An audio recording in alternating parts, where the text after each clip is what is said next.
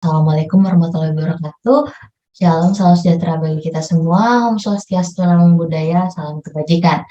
Pertama-tama izinkan saya untuk memperkenalkan diri terlebih dahulu. Perkenalkan, saya Olivia selaku moderator yang akan memandu jalannya acara kita pada pagi hari ini dari awal, pertengahan hingga akhir. Thank you semuanya untuk yang sudah menyalakan kamera.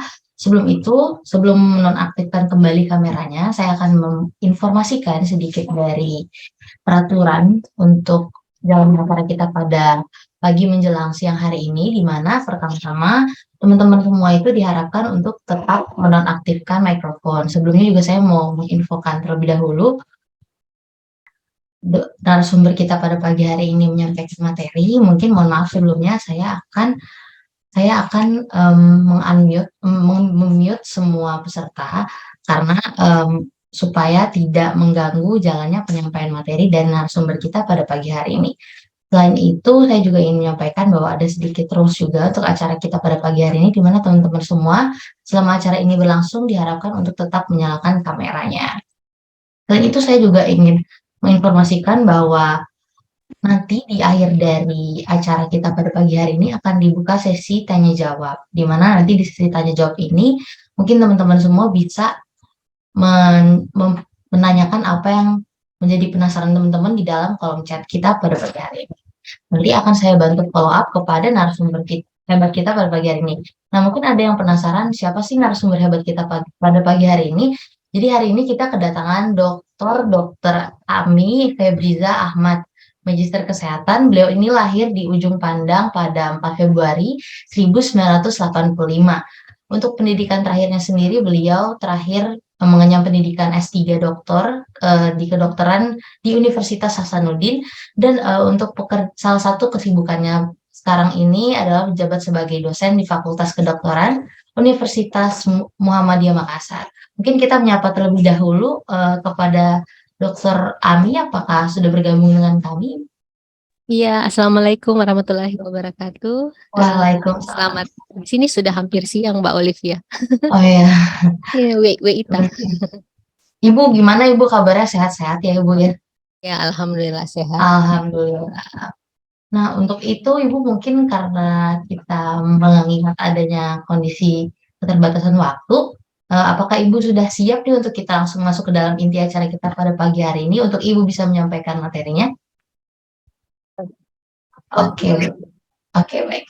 Untuk itu selanjutnya saya persilakan kepada Dr. Ami untuk waktu dan tempat dipersilakan. Terima kasih.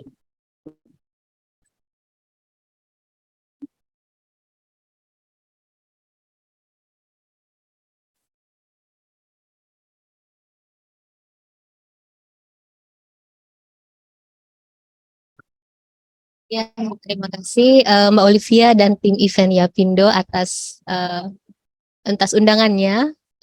Saya diajak untuk sharing.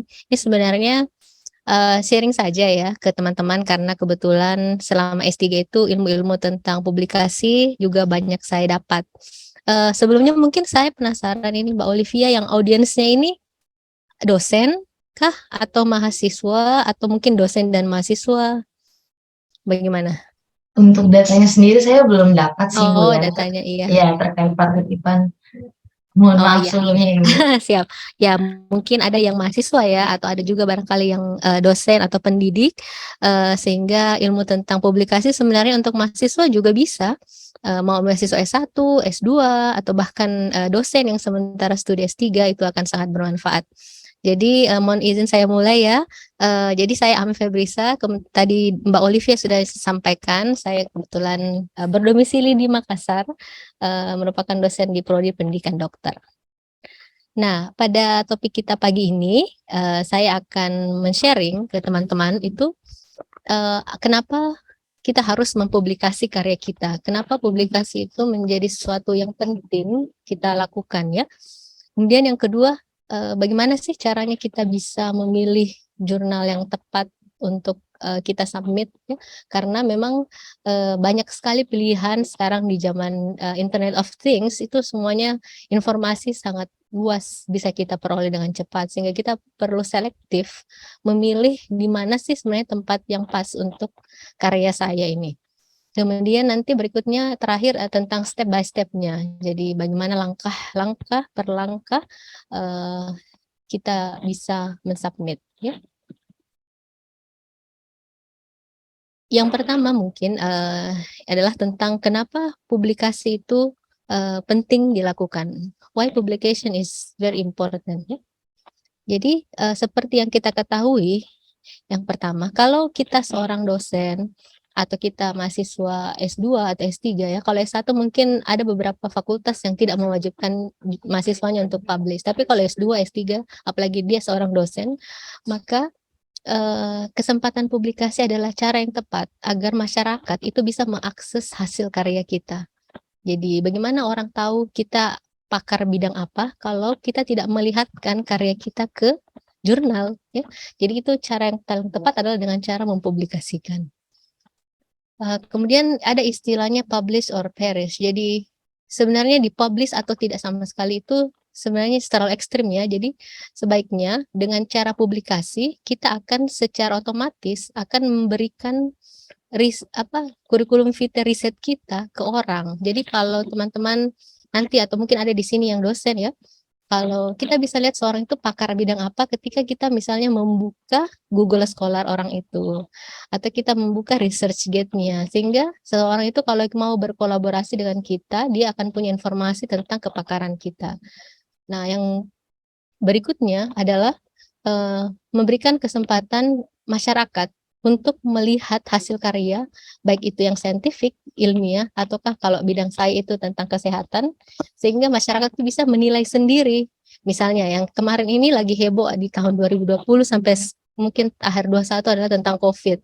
Semua orang mau tahu tentang COVID, semua orang mau tahu tentang vaksin. Cara paling tepat adalah dengan melihat informasi yang dari jurnal yang terreputasi di jurnal ilmiah, yaitu informasinya dicari di situ, jangan dicari di artikel yang tidak tahu sumbernya di mana. Jadi memberikan kesempatan masyarakat secara umum untuk mengetahui, mengakses informasi ilmiah yang berkualitas.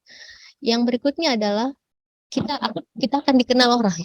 Kita akan ditahu, oh ini dokter ini atau si A ini adalah memiliki reputasi dibilang ini karyanya. Sehingga seseorang itu akan bisa mudah jika dia mau berkolaborasi dengan pihak lain. Nah, untuk mahasiswa mungkin tidak akan sejauh itu, tapi kalau ada mahasiswa S2, S3, ya mungkin ini menjadi cara yang sangat tepat. Berikutnya adalah universitas di mana jurnalnya, universitas yang dosennya atau mahasiswanya banyak mempublikasi pada jurnal ilmiah, maka universitas itu akan memiliki reputasi yang baik ya, karena kalau kita bicara reputasi ya paling umum adalah akreditasi, sehingga poin dosennya dan atau mahasiswanya mempublikasi di jurnal ilmiah semakin banyak semakin bagus ya, jadi itu akan secara otomatis universitasnya akan terangkat rankingnya. Nah inilah kenapa kita harus publish ya. Nah yang paling awal adalah memang untuk memberikan informasi ke kita bahwa oh ini saya pakar ini, saya bisa ini, saya telah melakukan ini. Jadi selama ini kalau kita lihat biasanya kan kalau saya juga ya punya sosmed ya, sosial media di Instagram atau apa. Nah buatlah profil media, profil research kita. Jadi inilah langkah awalnya kalau kita mau menjadi peneliti atau adik-adik nanti mau jadi dosen, buatlah profil kita sebagai researcher itu mau seperti apa. Salah satu caranya adalah dengan publish dulu jurnal ilmiah ya, mau itu nanti nasional mau internasional itu terserah ya, bisa saja nasional, bisa juga internasional. Nah, sebelum kita mensubmit, kita perlu tahu dulu tentang jurnal ya. Jurnal itu adalah suatu tempat yang mengumpulkan seluruh hasil karya, manuskrip, hasil penelitian maupun pengabdian. Ada juga jurnal pengabdian ya. Yang jurnal itu biasanya dilihat dari kualitas dan reputasinya.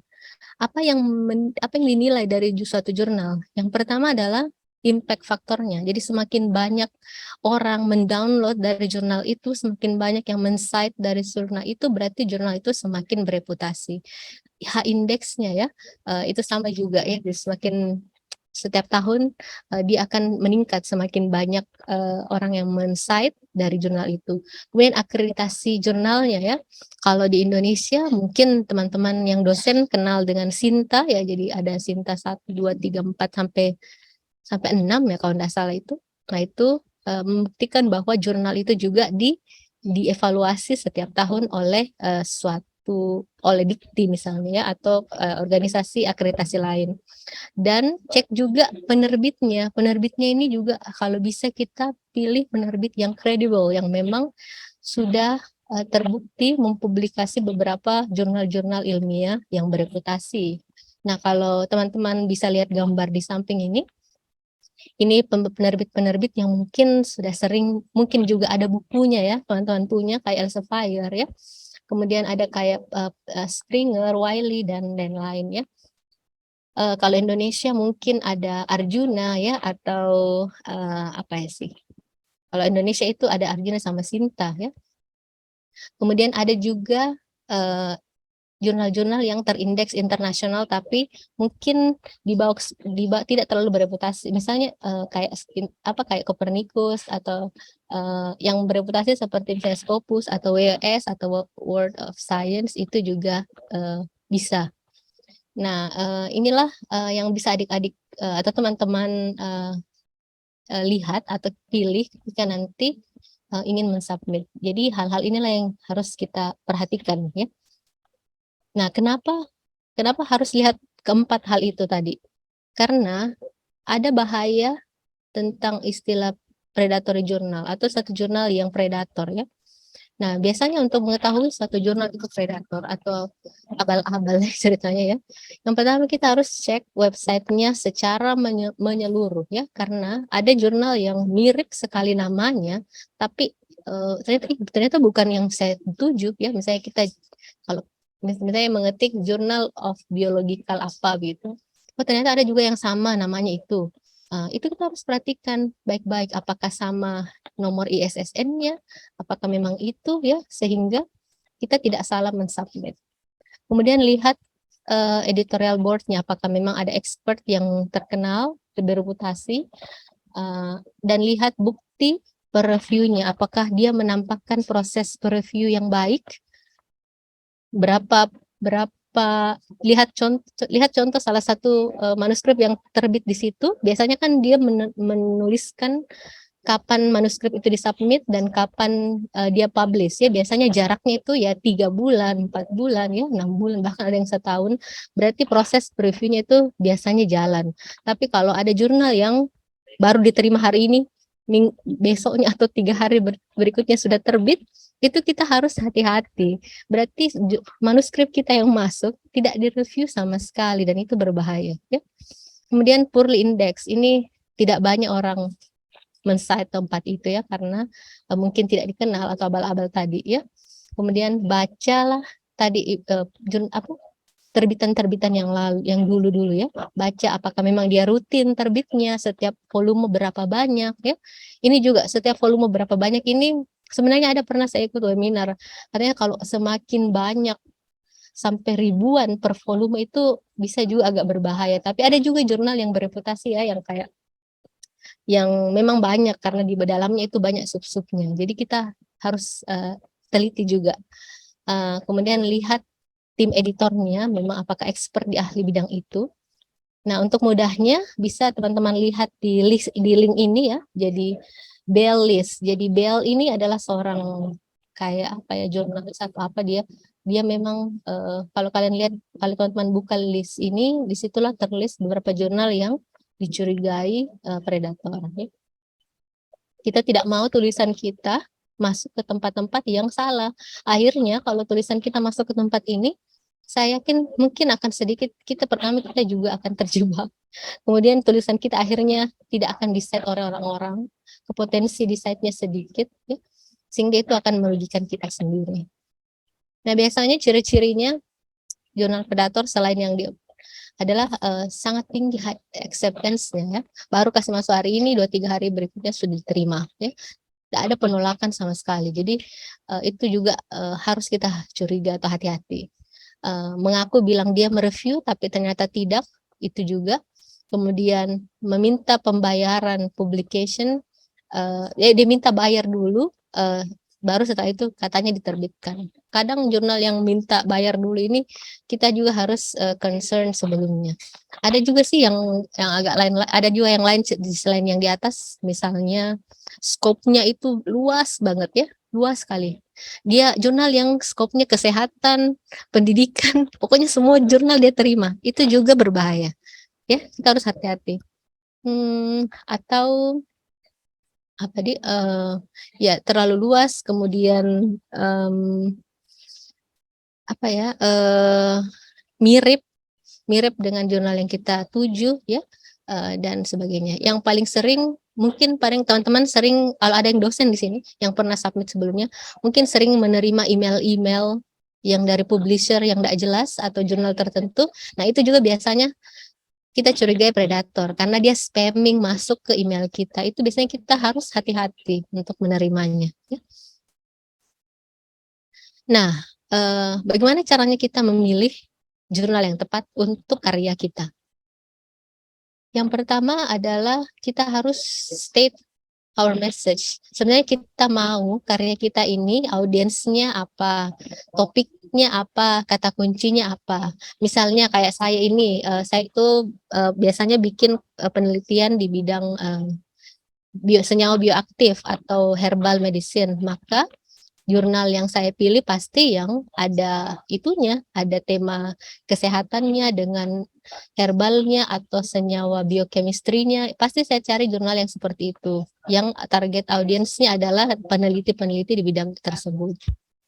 Dan tentukan juga jenis artikelnya, mau apa, apakah mau jenis review saja, ataukah memang meta-analisis, systematic review, ataukah original artikel, itu silakan disusun dulu.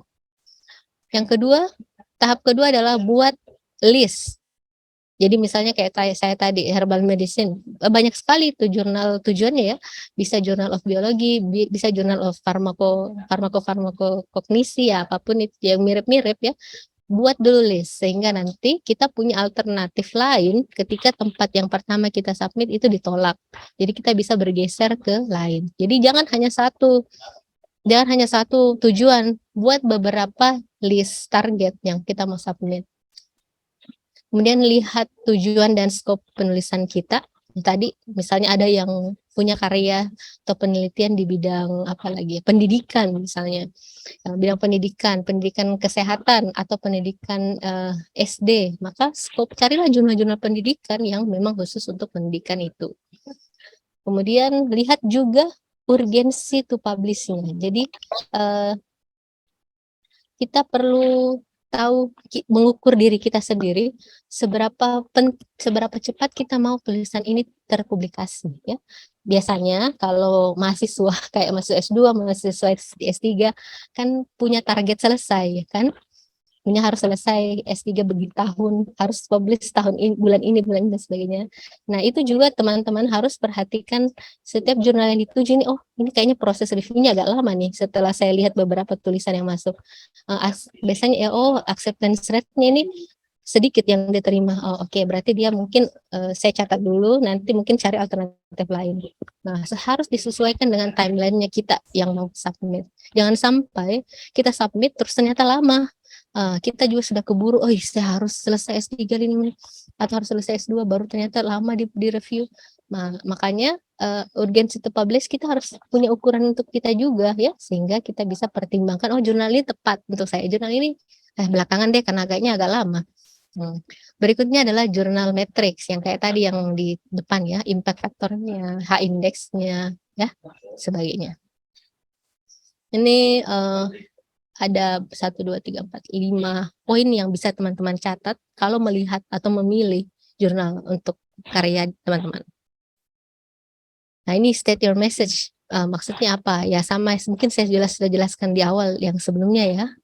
Kita harus memilih topik kita itu di bidang apa di karya ini. Ya, misalnya saya kasih contoh kalau di PPT ini penelitian kita itu bidang alergi, bidang penyakit atopi, atau untuk vaksin, atau untuk apa, kita harus jelas sehingga nanti jurnal yang kita pilih itu sesuai dengan scope penelitian kita atau manuskrip yang kita mau submit. Jangan sampai kita masukkan tulisan yang jurnalnya memang bukan itu skopnya. Jadi kan sayang kita buang-buang waktu. Akhirnya ditolak karena tidak sesuai skop, tidak sesuai lingkup. Ya. Kemudian yang kedua, kita harus tentukan juga kita mau kasih masuk, kita mau memberikan, kita mau submit ini manuskrip seperti apa? Apakah artikel atau review atau brief report atau short communication ini kayak seperti project awal. Jadi datanya biasanya belum lengkap, tapi di sini kita sudah bisa lihat gambaran awal dari suatu penelitian dan kita segera laporkan. Kemudian ataukah dalam bentuk review, naratif, ataukah systematic review, ataukah jenis data-data atau metode lainnya. Misalnya kita mensubmit metode, kita mensubmit study protokol, dan lain-lain. Jadi tergantung, silakan disiapkan artikelnya mau seperti apa. Ya.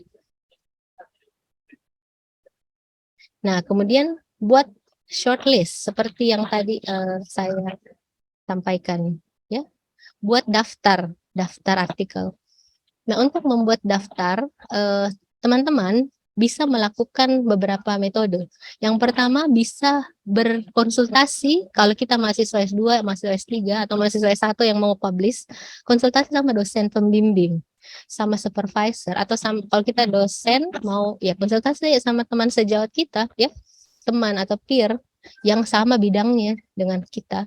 Kira-kira bagusnya di mana ya saya submit. Nah, biasanya kan kalau supervisor ini atau pembimbing biasanya sudah biasa, maka dia akan mengarahkan ke sini ke sini. Cara kedua, bisa kita lihat di referensi kita, di referensi daftar pustaka artikel kita. Karena kita mengutip dari daftar pustaka kan, berarti daftar pustaka itu harusnya memiliki jurnal yang sesuai dan sama topiknya dengan tulisan kita. Jadi kita bisa saja submit di tempat di mana kita mengambil daftar pustaka itu. Bisa. Cara berikutnya menggunakan journal finder. Ya, teman-teman bisa lihat di atas ini ada beberapa journal finder ya. Jadi bisa kita lihat di jurnalnya Springer, bisa juga di jurnalnya Elsevier. Ini kayaknya World of Science ini.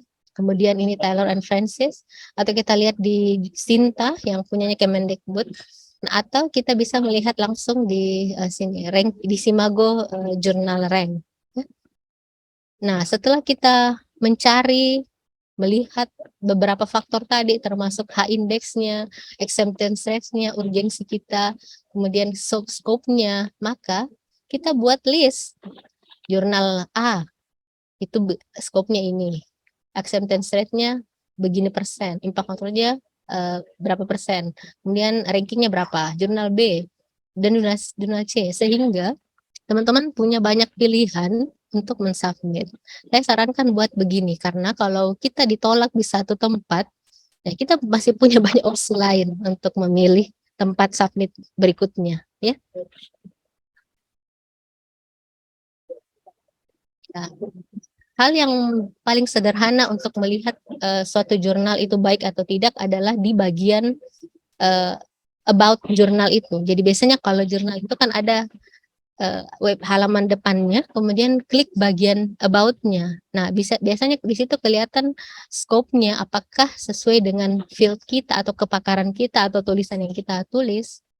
Kemudian lihat informasi yang ada di jurnal itu, ya. Informasinya apa saja, misalnya dia terindeks apa, impact faktornya berapa, terus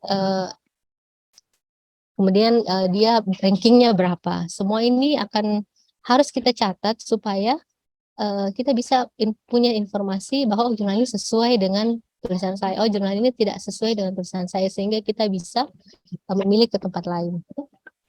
Nah, biasanya kalau jurnalnya bagus, informasi di halaman desktopnya itu sangat jelas, ya.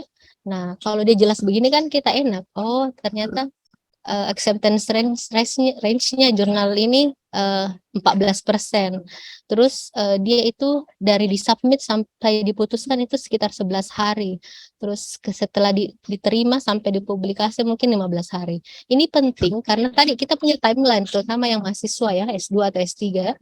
Nah, karena kalau kita tidak perhatikan ini, jangan sampai ini terlalu lama atau terlalu sehingga kita juga akhirnya eh, terlambat atau apa ya. Jadi perhatikan juga urgensi dan progresnya. Nah, jurnal matriksnya bisa kita lihat di sini, impact faktornya, rankingnya ya, dan terakhir ini dia diindeks apa saja, apakah dia terindeks Scopus, terindeks eh, Copernicus atau lain-lain. Nah, yang berikut tentang jurnal ranking. Ya, kalau teman-teman bisa ada di sini yang pernah mencoba submit, teman-teman bisa mengklik ini Simago JR atau Simago Journal Rank. Di situ teman-teman bisa melihat list jurnal dengan berbagai disiplin ya. Nah, di Simago ini dia akan meranking jurnal menjadi Q1, Q2, Q3 dan Q4. Q1 maksudnya adalah jurnal yang top 25% di atas di bidang itu. Kalau jadi dia dibagi kuartil ya. Jadi kalau kita belajar matematika dulu ya, kuartil itu kan dibagi 4 ya. Kuarto ya. Jadi 25% atas, 25% bawah ini berarti yang keempat ini 25% jurnal yang paling bawah di bidang itu, dan yang 2 dan 3 ya selebihnya di tengah-tengahnya. Semakin semakin tinggi berarti semakin tinggi kuartilnya, berarti jurnal itu semakin tinggi dan semakin baik karena semakin banyak di indeks, semakin banyak disitasi orang, semakin nanti kalau teman-teman buka bisa kelihatan di situ grafik yang ditampilkan oleh Simago ya. Nah, salah satu contoh misalnya mau membuat tabelnya tadi ya supaya banyak pilihan. Nah, misalnya kita punya original artikel tentang alergi, terus epidemiologi, skin prick test dan imunoglobulin E. Nah, ini kata kunci artikel ini sebenarnya ya. Maka setelah dicari-cari, saya cari dulu pasti di publisher yang bereputasi ya, jadi kayak di Elsevier. Ternyata ketika saya buka, oh skopnya sesuai sekali. Berarti saya kasih bintangnya agak banyak. Oh tapi lama, jadi mungkin bintangnya cuma 1. Terus impact faktornya bagaimana? Oh dia itu ternyata nomor 1 dalam bidang alergi. Terus rankingnya setelah dilihat, oh dia Q1 dan H index sekian. Nah silakan buat mungkin paling tidak 5 atau ya kalau 3 juga bisa. Namun kalau saya sarankan 5 sehingga mulai dari yang paling bagus sampai yang Q-nya agak rendah sedikit. Sehingga nanti kita punya banyak opsi pilihan untuk mensubmit ya. Nah, harus dipahami juga kita tidak boleh double submit. Ingat, tidak boleh double submit. Maksudnya kita submit di sini, terus di saat yang sama belum ada balasan, kita submit di sini lagi. Nah, itu tidak boleh. Kalau kita mau akhirnya mensubmit di sini yang di bawah, kita harus tarik dulu artikel kita yang di sini baru kita submit. Kenapa? Karena itu akan sangat berbahaya karena kita belum tahu ini sebenarnya yang di tempat pertama ini dia diproses kah atau di apa. Jangan sampai ketika ini sudah direview dan ini juga ternyata direview juga. Nah, akhirnya akan ada double publikasi dan itu akhirnya rugi ya kita sendiri. Ya. Kita dianggap self plagiasi ya. Jadi kita dianggap tulisannya sendiri dia. Jadi itu berbahaya. Jadi kalau bisa kalau memang mau submit tempat lain karena tidak ada info dari yang sebelumnya, silakan dihubungi publishernya untuk menarik editornya dihubungi untuk menarik tulisan adik teman-teman dan disubmit di tempat lain. Ya, kemudian atau ada yang mau ditanya di sampai yang sebelumnya yang saya jelaskan? Atau kita lanjut saja dulu Mbak Olivia ya? Boleh dilanjut terlebih dahulu Ibu. Okay. Ntar untuk sesi Q&A di akhir. Oh, di akhir. Oh, siap. Ya. Ini kayak rasa kayak mau kuliah saya. Ya, berikutnya langkah-langkahnya. Bagaimana caranya kita mensubmit step by step ya. Step pertama, kita harus finalisasi manuskrip kita sendiri ya. Jadi maksudnya apa? Manuskrip kita sudah ready ya. Tulisannya sudah siap, datanya sudah lengkap, analisinya sudah tepat, metodenya jelas, dan pastikan kita menulis kesimpulan yang sesuai dengan tujuan ya. Dan yang paling penting juga diperhatikan, ada beberapa dokumen yang biasanya jurnal itu minta, kayak etikal ya. Kalau saya ini pasti biasanya, karena saya sering penelitian ke manusia atau ke hewan, maka ethical statement ini biasanya harus ada dari komisi etik, harus lulus izin etik. Kemudian ada co-author agreement, ini agreement atau surat pernyataan yang ditandatangani oleh seluruh penulis. Jangan sampai yang submit ini hanya satu orang yang tahu. Ini jangan sampai seluruh manuskrip itu ternyata satu orang yang kerja, yang lain ini enggak tahu menau. Nah, itu berbahaya. Pastikan semua penulis itu membaca manuskrip itu, memberikan input, dan akhirnya agree, membuat satu surat pernyataan untuk agree untuk submit. Kemudian authorship ini penting juga. Biasanya ada jurnal yang meminta pembagian tugas setiap penulis ya. Ada misalnya penulis 1 itu tugasnya apa, penulis 2 tugasnya apa, penulis 3 tugasnya apa. Itu kalau bisa disiapkan juga ya. Contohnya misalnya penulis 1 itu kayak mengembangkan ide, menulis draft. Kemudian penulis 2 misalnya menganalisis data ya. Penulis 3 misalnya mendokumentasikan atau apa ya, atau membuat draft, membantu penulis pertama atau apa. Jadi authorship, pembagian tugas setiap author itu harus jelas juga. Biasanya diminta juga dokumennya oleh jurnal.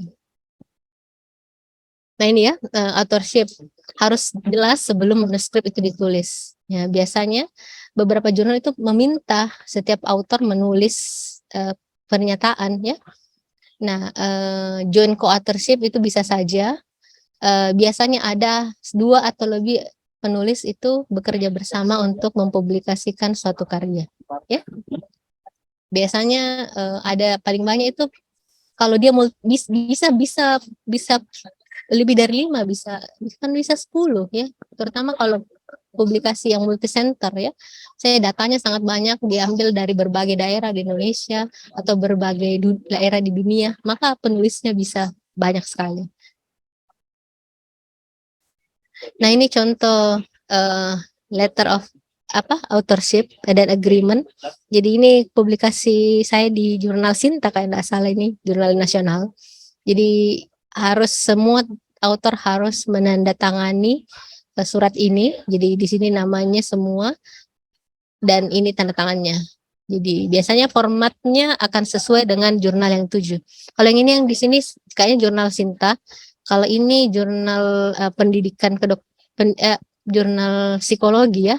Tapi saya juga banyak karya di bidang pendidikan kedokteran. Jadi kadang saya sering berkolaborasi dengan teman-teman psikolog atau teman-teman pendidikan ya, terutama yang berkaitan dengan mahasiswa kedokteran.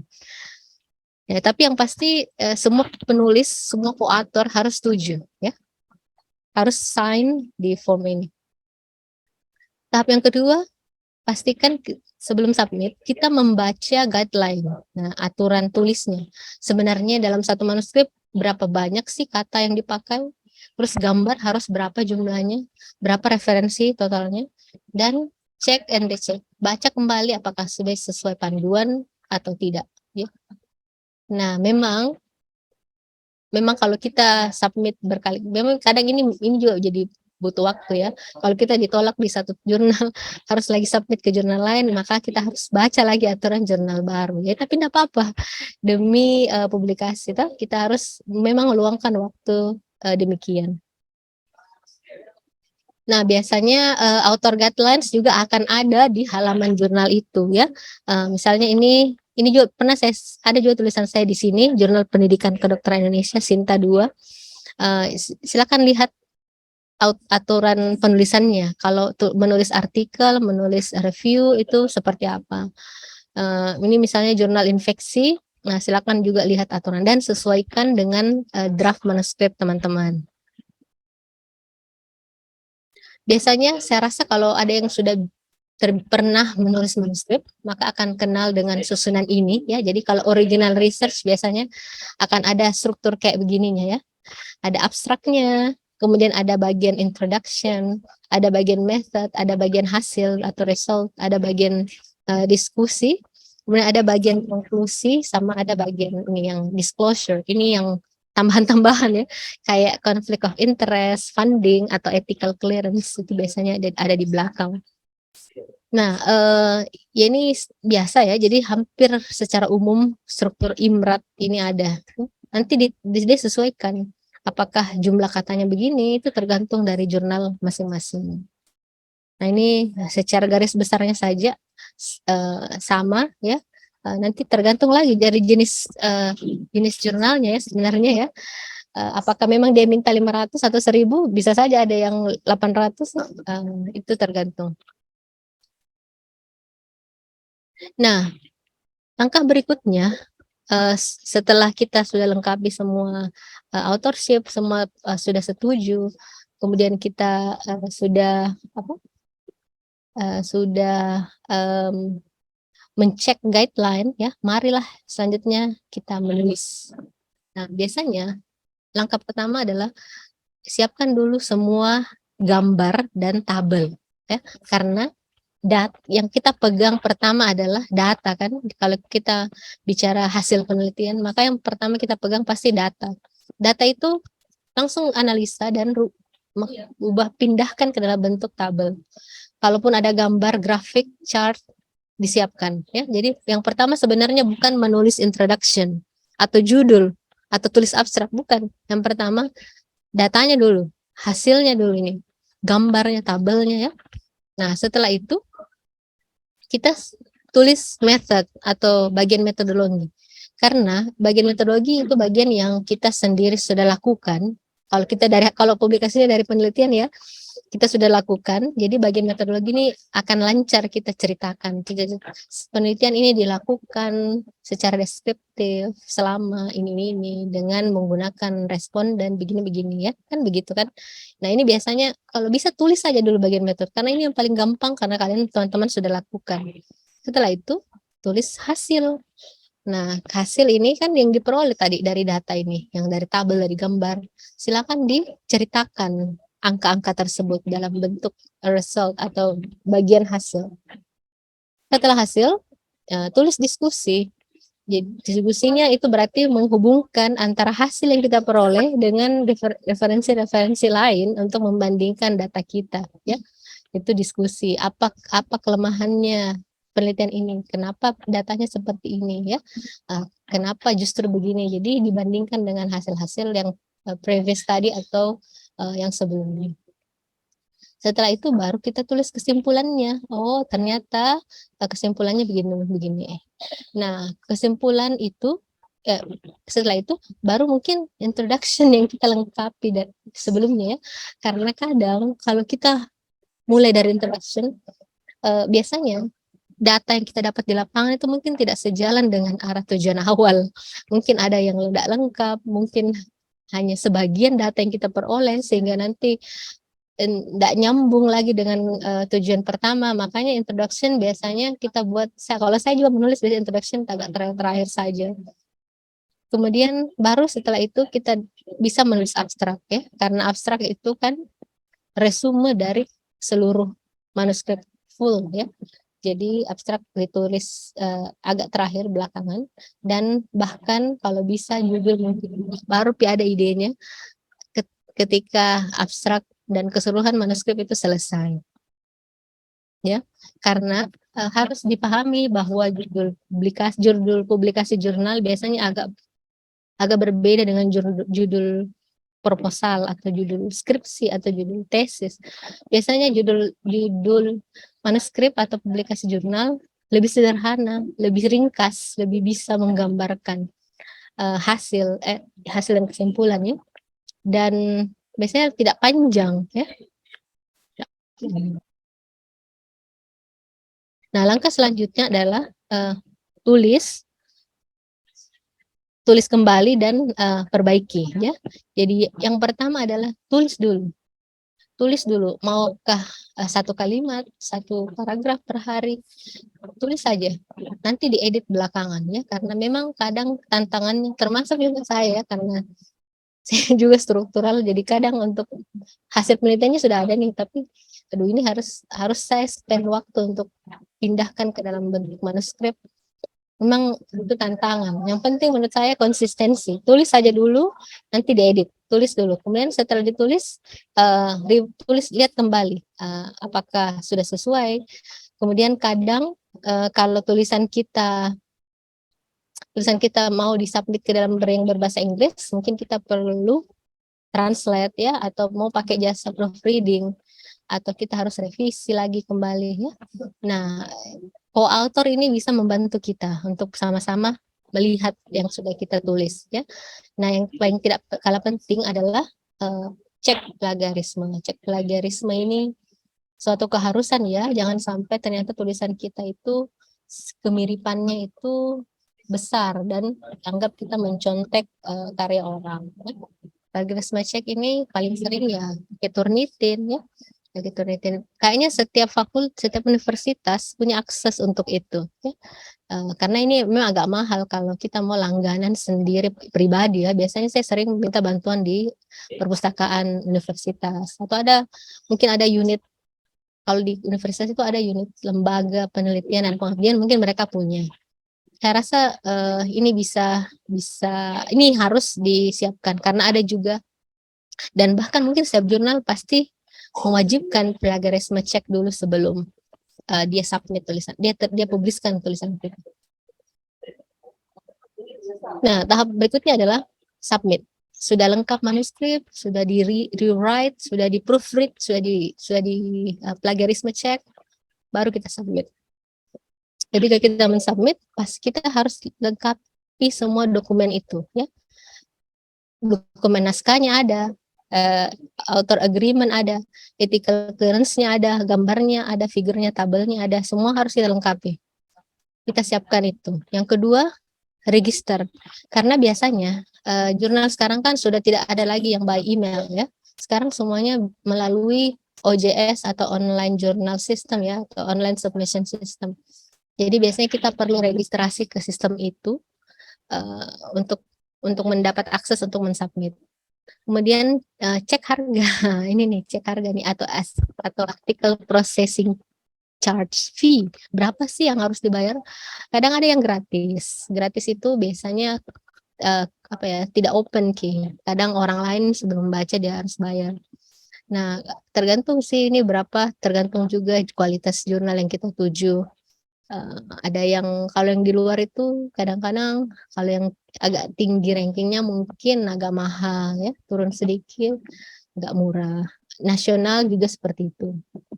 Nah, yang perlu berikutnya diperhatikan juga tidak boleh double submit, jangan di dua tempat ya. Jadi kasih masuk di satu tempat, terus kalau memang sudah lama tidak ada respon, oke, email editor dan minta untuk ditarik. Baru kita submit ke tempat lain ya. Nah, ini contoh online jurnal sistemnya masing-masing jurnal, contoh-contoh yang pernah ya saya masukkan, kayak ini tadi jurnal gizi, ini jurnal, ini saya lupa nih, biochemistry kayaknya.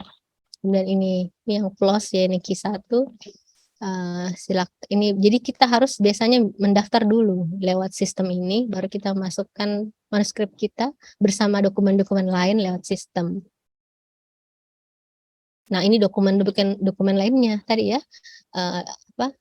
Oh iya, referensinya juga kalau saya sarankan dan memang sebaiknya teman-teman menggunakan reference manager untuk membuat daftar pustaka. Karena setiap jurnal itu kan punya guideline. Kadang ada yang minta referensinya gaya Harvard, ada yang gaya Vancouver, ada yang apa ya. Jadi kalau kita pakai reference manager kayak Mendeley atau EndNote ya. Nah, kita akan gampang menyesuaikan ya. Kita tidak perlu ketik manual satu-satu. Kalau kita mau pindahkan ke jurnal lain, nah kita bisa ubah dari reference manager itu, tidak perlu lagi repot. Oh ya, ini jadi dokumen yang harus ada, yaitu cover letter. Cover letter ini surat pengantar ya, ceritanya kalau kita mau melamar, kita email dulu nih si editornya, bahwa saya akan mensubmit tulisan ke jurnal Anda, bla bla bla bla. Ya. Nah, kadang juga kita perlu siapkan list of reviewer. Saya pernah submit di satu jurnal yang meminta suggested reviewer. Kira-kira adakah reviewer yang Anda sarankan untuk mereview tulisan Anda? Nah, biasanya ada tuh yang jurnal gitu ya. Silakan, kalau saya sih cari saja dari daftar pustakanya kita, yang kita citasi kan di situ kan ada penulisnya. Itu aja yang jadi reviewer yang penulis satunya. Tulis aja nama dan emailnya. Kemudian tadi author agreement, ya tadi ya, yang ditandatangani oleh semua penulis, author. Kemudian gambar-gambar atau figur yang ada kita harus sesuaikan karena ada syarat juga, biasanya harus pixelnya sekian karena kan jurnal itu kan dia mau apa, supaya takutnya gambarnya ketika kita tidak pecah atau tidak terlalu kecil ya, dan dokumen lain yang dibutuhkan. Misalnya kalau kita punya pendanaan mungkin suratnya atau ada ethical clearance yang dibutuh kayak misi etik, izin etik, oke dilakukan. Nah, tahap berikutnya setelah submit adalah proses decision, proses akhirnya diputuskan. Nah, kalau teman-teman lihat alurnya di atas, ketika suatu tulisan disubmit oleh seorang penulis, maka biasanya artikel itu akan langsung masuk ke editor. Nah, editor ini dia punya hak, dia mau langsung tolak atau dia kasih ke reviewer ya. Makanya perhatikan ketika kita submit pastikan skopnya itu pas ya, jangan sampai kita pas masuk di jurnal yang bukan skopnya, akhirnya secara desk editor itu sudah ditolak gitu. Nah, setelah itu kalau memang tidak ditolak sesuai skop dan sebagainya, sesuai guideline, sesuai font, sesuai jumlah, pokoknya sesuai author guideline sudah disesuaikan, editor pasti akan kirim ke reviewer. Nah, reviewer ini akan memeriksa tulisan atau manuskrip kita ya. Reviewer ini biasanya bukan satu orang, biasanya ada 2 atau maksimal ada 3 ya, dan bidang ilmunya sama dengan manuskrip kita.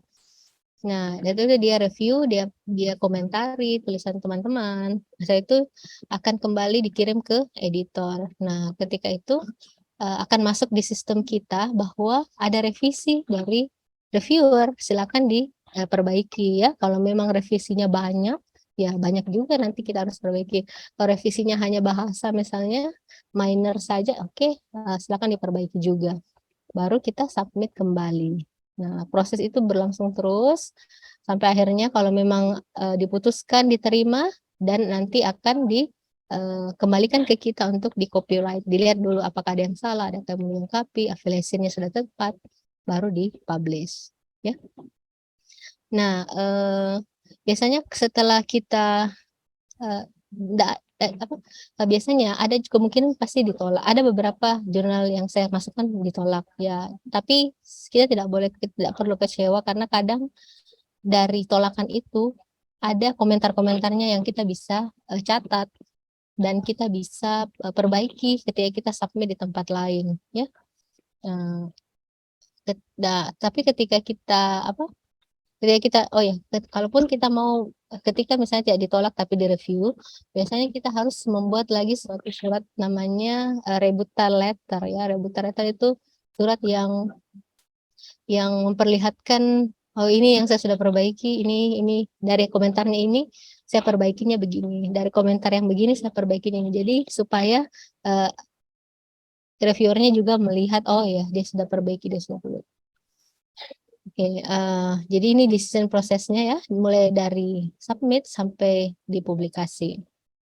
Yang perlu diperhatikan oleh teman-teman mungkin adalah hal-hal berikut ya. Menulis naskah ilmiah atau publikasi ilmiah itu seperti menulis cerita ya, tapi lebih ke scientific ya. Seperti kita menulis alur paragraf ya, yang berurut. Pastikan juga kita cek dan selalu recheck ya. Makanya itu co-author dan teman-teman penulis lainnya yang di manuskrip itu harus sama-sama lihat, siapa tahu ada yang salah, ada yang kurang ya. Kemudian cek plagiarisme dengan Turnitin. Pastikan ada novelty yang jelas di manuskrip kita, dan apakah sudah sesuai dengan skop jurnal. Kemudian metode yang kita jelaskan di bagian method itu sudah jelas. Kemudian grammarnya juga, kalau grammar mungkin bisa dibantu kalau memang kita bukan orang yang jago berbahasa Inggris, silakan memakai jasa kayak proofread ya. Proofreading itu banyak jasa-jasa kayak gitu. memperbaiki tulisan kita, kemudian tulisannya terstruktur dan logik ya. Jadi ya kalau teman-teman terbiasa menulis karya tulis ya biasanya kan nggak boleh lompat-lompat kan pola pikirnya. Nah, harus terstruktur. Ya mungkin ini referensinya silakan dibaca lebih lanjut. Mungkin itu saja dari saya, Mbak Olivia. Oke, baik. Terima kasih untuk Dokter Ami atas penyampaian materinya mengenai apa yang harus dibahas hari ini dalam acara kita pada pagi hari ini. Saya sangat mengapresiasi terkait dengan apa yang sudah Ibu sampaikan. Dan untuk itu, selanjutnya mungkin karena kita sudah melakukan, karena Ibu Dokter Ami sudah membahas materi hari ini, kita akan langsung beralih ke dalam sesi Q&A.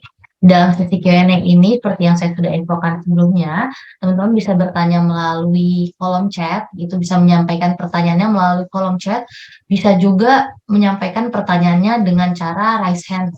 Jadi nanti yang raise hand itu akan saya sebutkan namanya dan dipersilakan untuk bisa unmute dan menyampaikan pertanyaannya kepada Dokter Ami. Untuk itu mungkin saya berikan waktu sekitar 1 sampai dengan 2 menit ke depan sambil menunggu masuk pertanyaan dari teman-teman semua di dalam kolom chat maupun yang raise hand.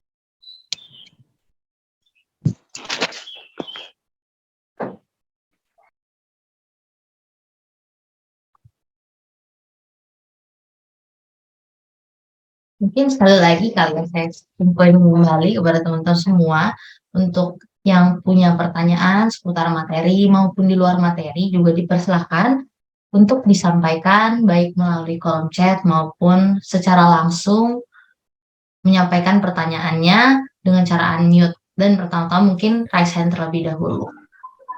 Kalau mungkin ada yang malu untuk menyampaikan pertanyaannya secara langsung, itu boleh banget kok melalui kolom chat. Nanti akan saya bantu untuk follow up ke Dokter Ami. Gitu teman-teman semuanya. Karena kita harus ingat juga ada prinsip malu bertanya sesat di jalan ya.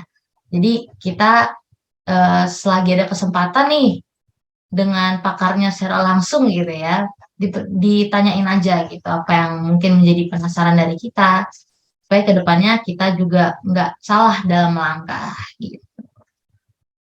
Oke, kita masih ada waktu sekitar 1 menit terakhir kalau nggak salah ya. Bentar saya lihat. Ya, 1 menit terakhir untuk menunggu pertanyaan masuk dari teman-teman semua. So far, di dalam layar monitor atau di dalam kolom chat saya belum ada yang masuk sih. Kita masih menunggu ya teman-teman semua. Iya, ini mungkin Mas pesertanya Mbak Olive banyak yang mahasiswa ya. Sepertinya iya Ibu. Iya, mungkin ya ini kayaknya ya untuk mahasiswa S1 sendiri memang ini topiknya agak bukan menjadi kewajibannya mereka sepertinya. Karena kalau di prodi saya pun S1 itu tidak saya wajibkan publikasi. Karena ya paling tidak mereka itu kalau S1 kan paling tidak menjalankan penelitian sesuai metodologi yang benar. Untuk mempublis karya sepertinya bukan capaian target pembelajarannya mereka. Makanya mungkin ilmu-ilmu kayak how to publish. Nah, tapi sebenarnya ini bisa adik-adik atau teman-teman lihat, kalian perhatikan ketika mau mencari referensi, pastikan teman-teman itu mengambil dari referensi-referensi ilmiah yang bereputasi ya, seperti publishernya seperti yang ada di atas ya, sehingga nanti karya teman-teman atau skripsinya misalnya itu sumber daftar pustakanya bagus, analisa pembahasan diskusinya dalam karena memang kita mengambil dari sumber yang terpercaya. Oke, kita sebagai ini sudah pertanyaan Mbak Olivia. Oh ya, ini ada masuk pertanyaan di dalam kolom chat. Ada pertanyaan dari Kak Ari Ikhwan Saputra. Kak Ari Ikhwan ini bertanya, kita sebagai pemula apakah boleh langsung lompat ke jurnal Sinta 2 atau bertahap melalui S3 dan S4? Mungkin saya persilakan kepada Dr. Ami untuk menyampaikan tanggapan serta jawabannya dari pertanyaan ini. Ya, Pak Ari Ikhwan Saputra, pemula, apa kita langsung lompat ke jurnal Sinta 2 atau enggak? Kalau saya sarankan sebaiknya kita pilih target tertinggi, ya. Kita coba dulu yang agak tinggi, misalnya Sinta 2, ya. Seperti saran di slide saya yang tentang melis itu, ini, ya. Kalau bisa, jurnal yang pertama itu yang Sintanya paling tinggi dulu. Nanti kalau memang di sana ditolak atau lama respon tidak ada balasan atau apa, boleh kita turun. Karena kita ya ini juga trikinya sih sebenarnya. Kalau kita punya data yang bagus, artinya data bagus itu kayak analisanya dalam, kemudian datanya maksudnya bagus artinya ya data yang bagus itu misalnya ratusan ribuan ya mungkin analisanya dalam juga kita bisa berani lah kasih submit di jurnal-jurnal yang Sintanya agak tinggi. Dan sayang juga kalau kita hanya langsung mulai ke yang rendah karena siapa tahu kita diterima di sini yang Sinta 2. Jadi kalau saya sarankan Pak Ari itu list saja dan coba submit di yang paling tinggi dulu yaitu Sinta 2, nanti kalau udah ada balasan atau ditolak ya turun lagi 3 ke 4. Karena kenapa saya sarankan Sinta yang paling tinggi? Biasanya kalau dia tolak kadang ada saran kan, biasanya kalau sudah sempat direview biasanya dia kasih koreksi-koreksian kurang ini sehingga itu bisa kita jadikan masukan untuk menulis kembali dan submit di tempat lain, ya. Jadi sebenarnya penolakan itu bukan akhir segalanya, tapi bisa menjadi cermin kita untuk oh mungkin saya kurangnya ternyata dikomentari sama reviewer begini ya, sehingga saya harus perbaiki lagi dan submit di tempat lain. Oke, jadi rejection itu bukan akhir segalanya. Mungkin seperti itu, Pak Ari. Oke, baik. Terima kasih untuk Dr. Ami atas tanggapannya ya, Ibu ya. Untuk Kak Ari, semoga tanggapan atau jawaban yang diberikan oleh Dr. Ami tadi bisa menjawab pertanyaannya. Apabila mungkin ada yang ingin dipastikan, di make sure kembali, itu boleh banget ya untuk ditanyakan lagi ya Kak Ari. Dan di sini kebetulan ada tambahan penanya lagi nih, Bu. Kita masuk ke pertanyaan kedua dari Kak Cindy Setiawati. Kak Cindy ini studi S1 Gizi semester 1. Pertanyaannya, bagaimana cara memasukkan vitamin yang tepat ke dalam makanan anak? Mungkin kepada Dr. Ami dipersilakan untuk langsung menyampaikan tanggapan serta jawabannya terkait pertanyaan ini. Oke, terima kasih Mbak Olivia. Ini sepertinya di luar topik ya. Ya, tapi enggak apa-apa karena saya juga dokter. Oke, bagaimana cara memasukkan vitamin yang tepat ke dalam makanan anak? Setahu saya vitamin ya vitamin, makanan ya makanan ya. Jadi maksudnya vitamin itu kan suplemen kan, suplemen bisa tablet, bisa sirup, bisa apa model yang diisap itu ya. Ya, kalau mau dimasukkan itu bagaimana maksudnya ya pertanyaannya ya. Sebenarnya masalah vitamin di anak ini juga harus menjadi mungkin karena saya juga punya anak ya. Kadang kita itu kalau anak malas makan itu kayak langsung dikasih vitamin. Sebenarnya cara yang paling tepat adalah kita seimbangkan saja makanannya itu menjadi 4 sehat 5 sempurna atau sesuai dengan proporsi gizi yang disarankan. Cindy karena mahasiswa gizi pasti tahu kebutuhan gizi kan, mikro dan makronutrien seseorang mulai dari anak sampai orang tua itu beda. Jadi vitamin itu hanya suplemen, menambah, bukan harus dimasukkan ke makanan, paham ya? Jadi kalaupun nanti ternyata secara nutrisi dia tidak cukup makanan yang disiapkan oleh ibunya, orang tuanya di rumah ternyata kurang sayurnya, kurang apanya, oke boleh ditambah vitamin, tapi jangan vitamin menjadi inti, karena kalau begitu tidak ada itu orang mau makan. Ya, jadi kembali lagi ke Cindy yang nanti insya Allah jadi sarjana gizi, edukasi anak-anak atau ibu atau orang tua untuk memberikan makanan yang sesuai kebutuhan nutrisi anak itu, kecukupan makro dan mikronutriennya. Nah, nanti baru yang nggak cukup tuh, baru yang dikasih vitamin ya. Jangan semuanya kasih vitamin, kasih vitamin. Kasihan juga ya, karena vitamin itu kan obat ya, memasukkan lagi bahan kimia ke dalam tubuh anak-anak. Nah, selama orang tuanya bisa memfasilitasi dengan makanan yang seimbang, saya rasa vitamin nggak perlu diberikan. Beda kasusnya kalau misalnya dia memang ada kurang gizi atau apa, itu kita boleh pertimbangkan memberikan penambahan suplemen. Oke, ada lagi pertanyaan lain sepertinya Mbak Olivia. Oke, Ibu terima kasih. Dulu saya sampaikan kepada Dokter Ami terkait dengan tanggapannya dan semoga bisa menjawab ya Kak Cindy untuk tanggapannya dan sekarang kita beralih ke pertanyaan selanjutnya Ibu. Ini ada masuk pertanyaan dari Kak Rastiendi. Kak Rastiendi ini menyampaikan selamat pagi, izin saya bertanya terkait dengan indeks KUP terkait dengan penjelasan Ibu sebelumnya.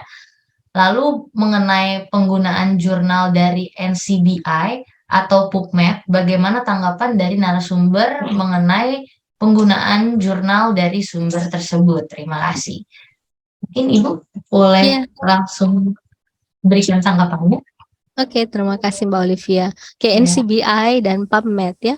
NCBI dan PubMed itu dia sebenarnya bukan publisher. Dia bukan publisher seperti Elsevier atau Wiley ya. Dia kayak pengumpul. Pengumpul itu kayak database, pengumpul jurnal-jurnal. Kalau PubMed itu biasanya yang life science sama medical atau medicine. Nah, PubMed dan NCBI itu dipakai ketika kita dan misalnya saya juga memakainya untuk mencari referensi dan mencari sumber bacaan untuk menulis karya. Tapi untuk menjadi tempat cara mencari jurnal itu dia tidak masuk ke situ. Nah, kalau mau cari jurnal ya cari di sini, Jurnal Suggestor, Jurnal Finder, jurnalnya World of Science atau Taylor and Francis atau dari Sinta ya atau dari jurnal Rank. Nah, sementara PubMed dan NCBI itu dia mengumpulkan nih semua tulisan-tulisan dari berbagai sumber itu yang bereputasi, dia kumpul di halaman PubMed. Nah, PubMed dipakai juga untuk apa? Untuk cari referensi, untuk cari daftar pustaka. Saya biasanya sarankan mahasiswa saya kalau cari referensi cari di PubMed. Apa kata kuncimu, tulis, cari. Tapi bukan untuk mencari jurnal untuk submit, tidak tepat dia di situ. Ya. Oke, ini lagi berikutnya. Oke, mungkin kita langsung lanjut ke pertanyaan selanjutnya. Ini selanjutnya ada masuk pertanyaan dari Kak Sadila. Kak Sadila ini menyampaikan izin bertanya, apakah kita seorang mahasiswa S1 atau kelas dapat melakukan penelitian kita sendiri dan menerbitkannya di jurnal ilmiah? Gimana Ibu tanggapannya? Sadila Hutri Ananda. Oke, ini Sadila berarti mahasiswa kedokteran ya? Ya, mahasiswa seperti jadi atau koas ya, atau sudah koas ya. Oke, bisa sekali Sadila. Bisa, bisa, tapi biasanya harus bersama dengan dosen pembimbingnya, ya. Karena dalam menulis itu kan, dalam meneliti kan, Sadila ini masih mahasiswa ya, pasti butuh guides, butuh arahan, butuh bimbingan untuk terbit. Nah, pembimbingnya bisa diajak untuk sama-sama menjadi teman untuk menulis ya, memperbaiki artikel ya. Pembimbingnya juga yang dokter kan pasti sudah pengalaman, mungkin sudah pernah publikasi, makanya dia bisa memberikan informasi ke Sadila tentang kira-kira dikasih masuk di submit di mana ya Dok ya tulisan saya ini ya. Cuman perlu diperhatikan bahwa kalau yang meneliti adalah Sadila, berarti Sadila yang harus urutan namanya nomor 1, dosennya yang berikutnya pembimbing. Karena beda kalau dosen yang meneliti punya penelitian terus mahasiswanya ikut bantu, berarti mahasiswanya yang namanya belakang. Ini masalah ini Ji, masalah siapa yang harus nomor satu ditulis. Ya, Sadila ini kalau memang mau boleh silakan diajak dosen pembimbingnya atau Sadila sendiri meneliti kemudian minta input atau masukan dari pembimbing.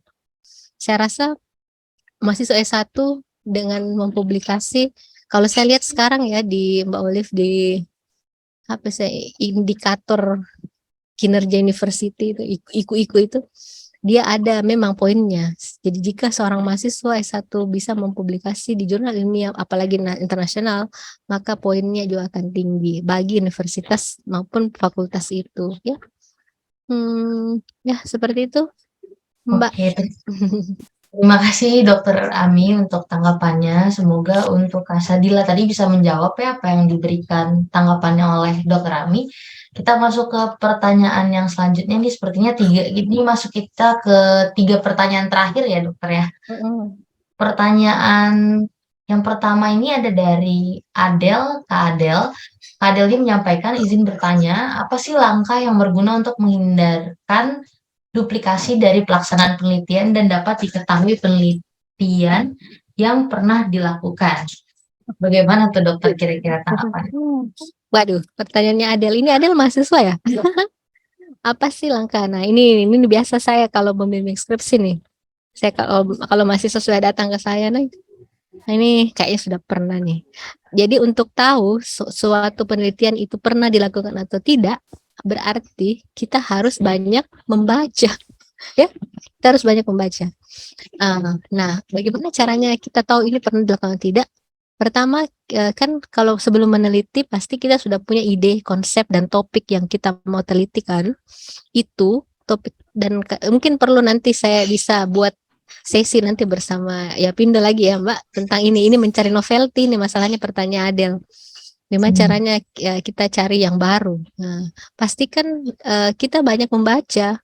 Nah, kalau misalnya kayak saya kesehatan, nah maka saya akan banyak membaca dari PubMed dan NCBI topik yang saya teliti ini yang akan saya teliti.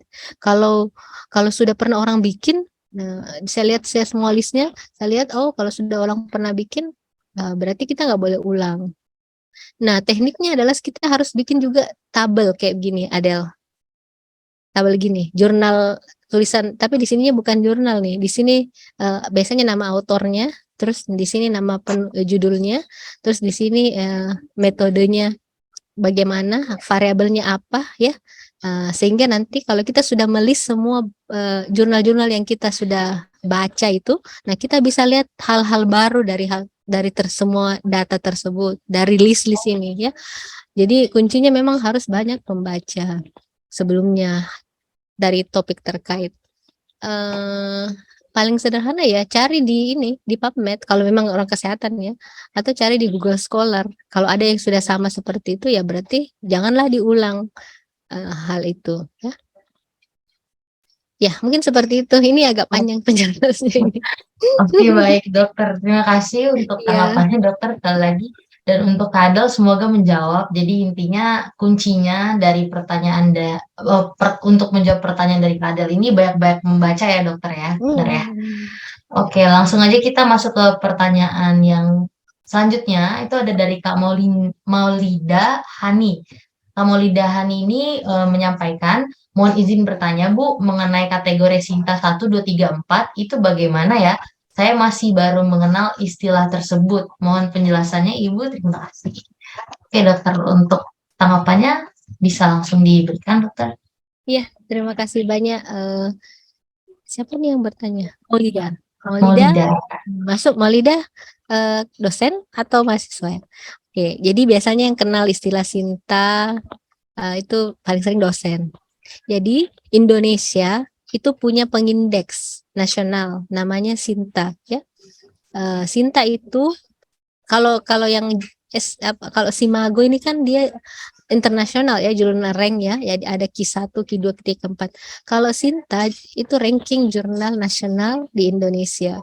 Sinta 1 berarti paling tinggi, berarti yang terbaik sama juga kayak ini terbaik teratas dengan di dalam bidangnya ya. Setelah itu turun lagi Sinta 2, 3, 4, 5 sampai 6 kalau tidak salah ya. Nah, biasanya jurnal yang Sinta 6 atau yang di bawah 4 lah, itu biasanya jurnal-jurnal yang masih baru ya. Publikasi orang volume yang terbit mungkin masih sedikit ya. Kemudian H indeksnya rendah, tidak terlalu banyak orang tahu ya. Tapi kalau Sinta 1, 2, 3 ini biasanya sudah volumenya sudah lama, sudah banyak orang mendownload ke situ, semakin bereputasi. Bahkan ada Sinta 1 yang juga terindeks sama Scopus, sehingga dia bisa masuk ke dalam pengindeks internasional bereputasi juga. Nah, jadi ya Sinta itu pengindeks nasional di Indonesia untuk suatu jurnal. Nanti websitenya ada di sini ya. Oh ini nih, silakan diklik di sini saja. Di PPT-nya dibagi ya Mbak Olivia? Untuk itu mungkin saya harus konfirmasi dulu Oh, ke oke, siap. tim kami. Oh Ya. iya ini. Jadi ini silakan diklik aja, atau dilihat aja halaman ini ya. Ini link-link tempat mencari jurnal. Nih Sinta yang ada di sini. Di Sinta Kemendikbud punya. Ya, seperti itu Mbak Olive. Terima kasih Ibu, terima kasih Dokter Ami atas tanggapannya dan juga semoga menjawab ya Kak Maulida untuk tanggapan yang telah diberikan oleh Dokter Ami tadi. Dan kita akan masuk ke pertanyaan terakhir, Dokter. Masuk pertanyaan ini dari Kak Jennifer Celia. Kak Jennifer ini menyampaikan izin bertanya, apakah dalam penerbitan jurnal dosen kita bisa menjadi co-author? Itu bagaimana tuh Ibu? Dokter tanggapannya? Ya. Apakah dalam penerbitan jurnal dosen mahasiswanya bisa jadi co-author? Wih, bisa sekali ini ya. Ini justru yang dicari-cari sama indikator kinerja universitas ya. Karena kolaborasi dosen mahasiswa itu sebenarnya poinnya tinggi. Nah, jadi kalau dosen punya penelitian atau dia ada satu proyek, ada baiknya dia mengajak mahasiswanya untuk membantu, misalnya turun ke lapangan, membantu mengambil data, itu atau hanya membantu sekedar memperbaiki naskah ya, dan itu bagus sekali. Kalau saya sarankan kalau ada dosen yang mengajak mahasiswanya itu berarti saya sangat apresiasi. Karena kolaborasi itu sebenarnya yang dicari Mbak Olivia ya. Tapi ini itu tadi masalah urutan authorship, siapa yang nomor 1, 2, 3, nah itu dikembalikan ke yang bersangkutan. Tapi biasanya kalau dosennya yang melit, dosennya yang punya project itu ya dosennya lah yang nomor 1, nanti dibantu oleh mahasiswa menjadi co-authornya. Oh ya, ada mungkin istilah ini ya, bukan co-author, corresponding author. Nah, corresponding author itu adalah author yang bertanggung jawab untuk mengsubmit. Nah, kadang-kadang bisa saja author pertamanya mahasiswa, tapi corresponding authornya yang mengsubmit adalah dosen. Bisa seperti itu. Jadi dosen yang akan berkomunikasi sama publisher untuk memperbaiki naskah, meng-email, membalas perbaikan, dan seterusnya. Berkaitan dengan pertanyaannya Jennifer, apakah bisa ya? Bisa. Kalau saya sangat setuju dan sangat menyarankan Jennifer melakukan riset bersama dosen dan mempublikasikan karyanya juga bersama dosen. Ya, seperti itu. Oke, baik Dokter. Terima kasih tanggapannya. Iya, Jadi sama-sama. untuk Kak Jennifer jawabannya bisa ya, dari Dokter Ami tadi menyampaikan bisa dengan persyaratan-persyaratan tertentu dari dosennya sendiri. Oke, untuk itu dengan berakhirnya tanggapan dari pertanyaan Kak Jennifer tadi, itu menandakan bahwa kita juga sudah berakhir untuk sesi Q&A kita pada hari ini. Dan saya mau menginfokan terlebih dahulu bahwa sesi dalam acara kita pada pagi hari ini tidak ada absensi. Absensinya akan digantikan melalui pemberian sertifikat kepada para peserta dari acara webinar kita pada pagi hari ini. Untuk mendapatkan sertifikat, teman-teman semua bisa mengisi link yang sudah saya berikan di dalam kolom chat. Nah, untuk itu saya mau infoin juga bahwa untuk penerimaan sertifikatnya ini mohon ditunggu 2 kali 24 jam ke depan ya teman-teman semua. Jadi, mungkin tidak akan langsung diberikan setelah teman-teman mengisi link sertifikat tersebut, tapi menunggu, dalam range waktu tertentu kurang lebih sekitar 2 kali 24 jam. Untuk itu sebentar, oke. Untuk itu dengan penyampaian mengenai link sertifikat tadi menandakan bahwa kita sudah berakhir atau berada di penghujung dari acara kita pada pagi menjelang siang hari ini. Pertama-tama saya juga mau mengucapkan terima kasih kepada Dokter Ami selaku narasumber hebat kita untuk acara kita pada pagi hari ini atas penyampaiannya yang sangat amat komprehensif dan luar biasa banget ya untuk materi-materinya. Dan saya juga ingin menyampaikan terima kasih kepada para peserta, teman-teman semua, teman-teman sekalian di dalam acara webinar pada pagi hari ini, atas antusiasmenya dalam sesi Q&A tadi, untuk pertanyaan-pertanyaan masuk, dan saya juga berharap untuk apa yang menjadi tanggapan dari Dokter Ami tadi bisa bermanfaat bagi teman-teman semuanya. Materi-materinya ini bisa bermanfaat bagi kehidupan sehari-hari maupun dalam perkuliahan teman-teman semuanya ya. Untuk itu mungkin sebagai akhir atau penutupan dari acara webinar kita pada pagi hari ini, saya ingin memberikan sedikit pantun nih. Hidup kesepian tanpa kekasih, cukup sekian dan terima kasih. Wassalamualaikum warahmatullahi wabarakatuh. Selamat pagi menjelang siang teman-teman semua. Sampai jumpa di lain kesempatan.